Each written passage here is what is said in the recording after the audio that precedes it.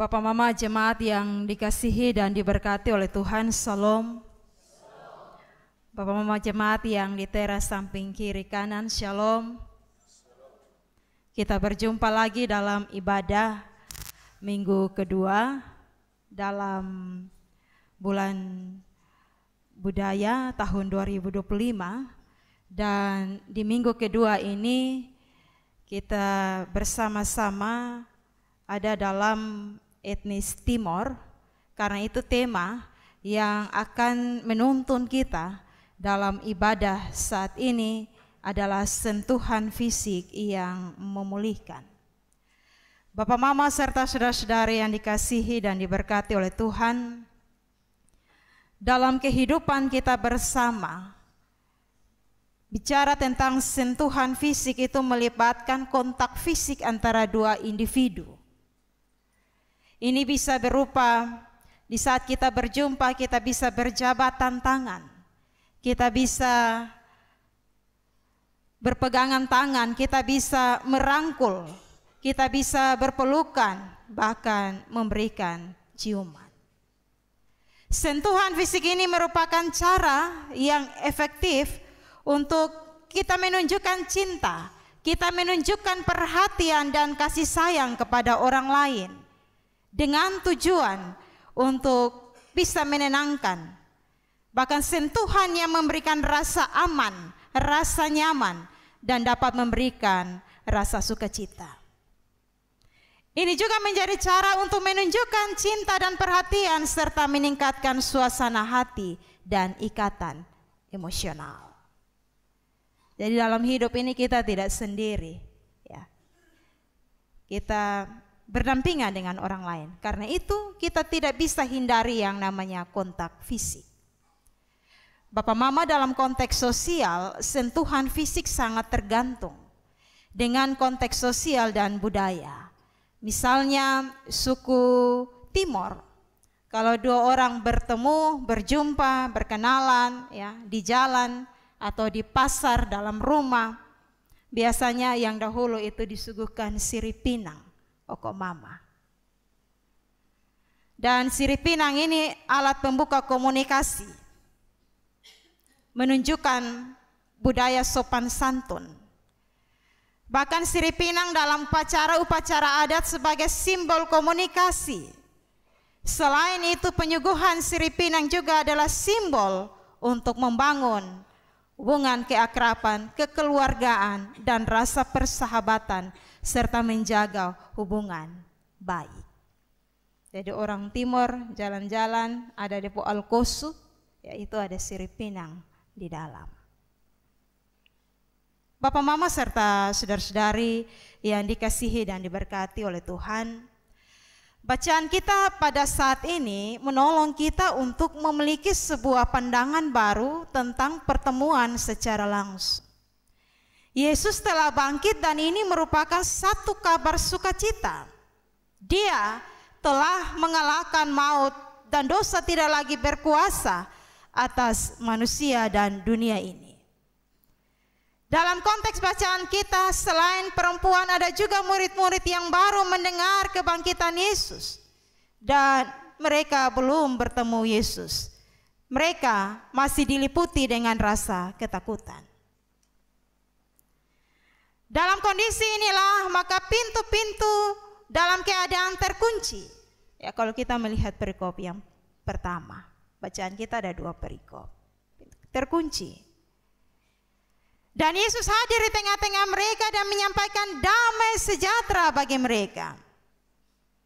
Kehadiran Yesus secara langsung bertemu secara fisik menghilangkan rasa takut dan keraguan akan informasi yang para perempuan berikan.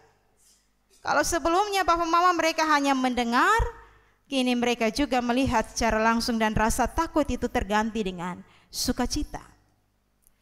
Bapak Mama serta saudara-saudara, dalam penampakan itu Yesus membuktikan bahwa Dia benar-benar bangkit dengan memperlihatkan tangan dan lambungnya. Ada bekas luka karena paku dan tombak. Tetapi dalam penampakan itu salah seorang murid, Thomas, tidak hadir. Bacaan kedua menjelaskan bagi kita. Dan Thomas ini membuat dirinya tidak percaya akan berita yang para murid sampaikan. Ada keraguan dalam dirinya. Bapak Mama, krisis kepercayaan mungkin saja terjadi pada setiap orang. Ya, tanpa adanya bukti tidak akan membuat orang itu percaya akan kabar berita yang didengar. Walaupun yang membawa berita ini orang yang dekat sekalipun. Banyak orang yang berkata, sebelum aku melihat dengan mata kepalaku, aku tidak akan percaya. Nah, ungkapan ini tentu mengingatkan kita akan sosok Thomas yang adalah salah satu murid Tuhan Yesus, yang mendapatkan kesempatan berharga bertemu Yesus setelah kebangkitannya.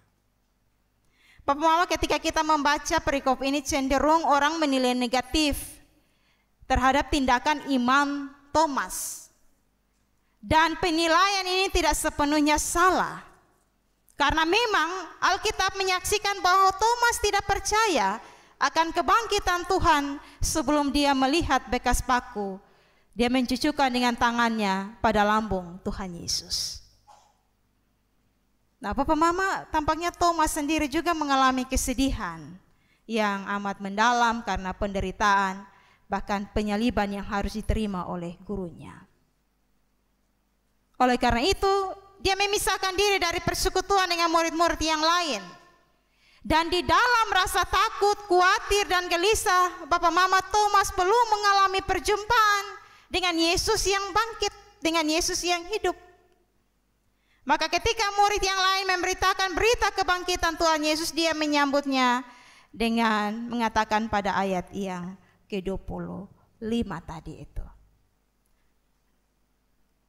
Murid-murid bilang, kami telah melihat Tuhan, tapi Thomas bilang, sebelum aku melihat, dan seterusnya. Thomas tidak percaya begitu saja sebelum dia melihat fakta. Papa Mama serta saudara-saudara, Thomas ini dia memiliki tipe orang yang tidak gampang terpengaruh oleh cerita mistis. Oleh karena itu dia tidak percaya tentang perjumpaan mereka dengan Tuhan Yesus setelah kematian Tuhan Yesus. Ia tidak mau hanya ikut-ikutan percaya. Thomas hanya berpikir menurut pikirannya yang terbatas. Tapi Thomas lupa bahwa kuasa Tuhan tidak dapat dibatasi oleh pikiran manusia. Oleh karena itu dia tidak percaya berita yang disampaikan oleh teman-temannya tentang kebangkitan Tuhan Yesus dan telah menampakkan diri kepada mereka. Tapi Thomas justru membutuhkan bukti. Bapak Mama serta saudara-saudara yang dikasihi dan diberkati oleh Tuhan Yesus Kristus, Yesus hadir mau membuktikan kepada Thomas dan teman-temannya bahwa kebangkitannya adalah suatu kebenaran.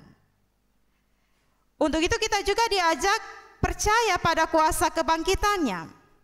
Bahkan kehadiran Yesus menyingkirkan segala keraguan orang percaya dan menanamkan iman yang kuat bagi semua orang percaya di segala masa, abad, dan tempat.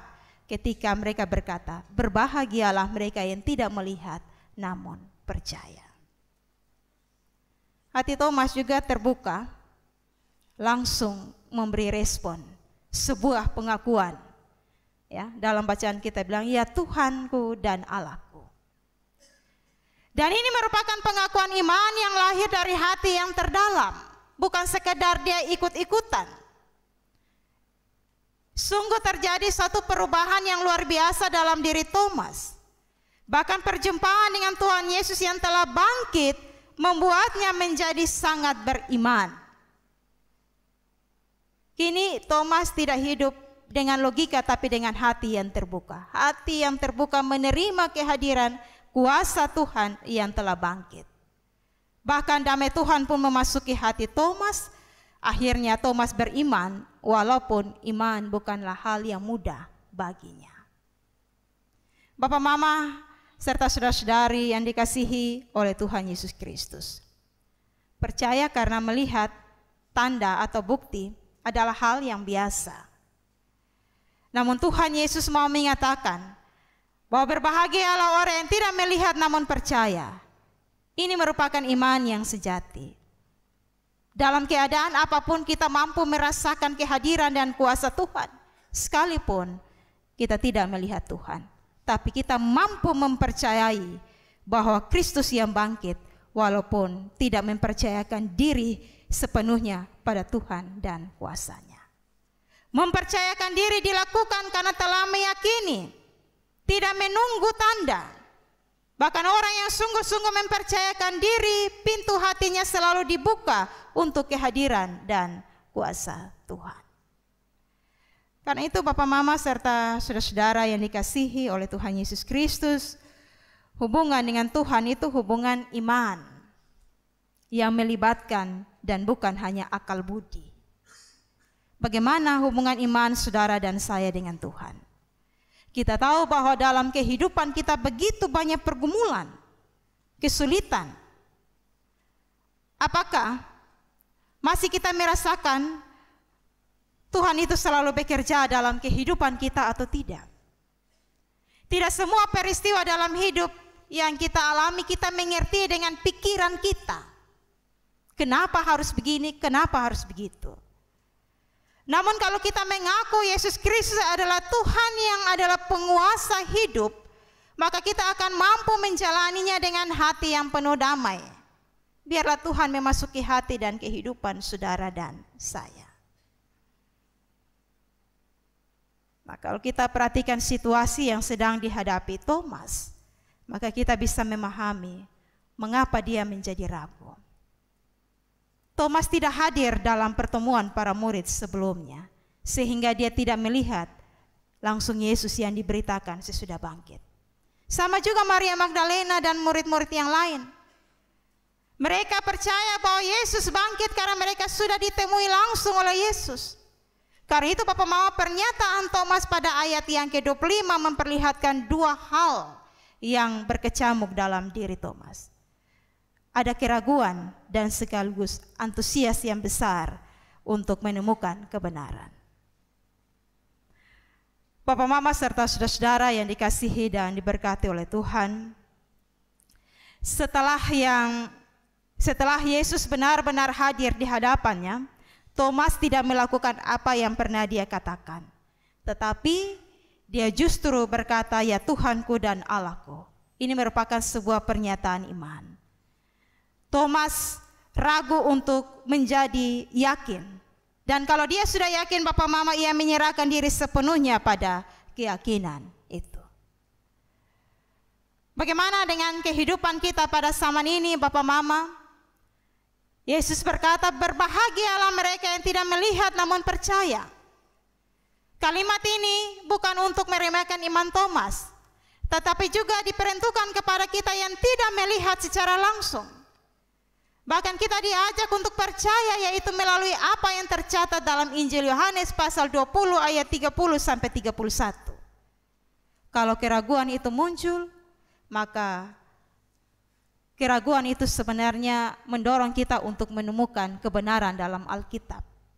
Yang pada saat kebenaran itu dihadapkan kepada kita, kita juga mau menundukkan diri dan percaya kepada kebenaran Injil seperti Thomas. Bahwa keraguan kita bukan keraguan yang didasarkan pada sesuatu yang sensasional atau pemberontakan terhadap kebenaran, tapi keraguan yang menunjukkan antusias kita untuk menemukan kebenaran yang tidak setengah-setengah.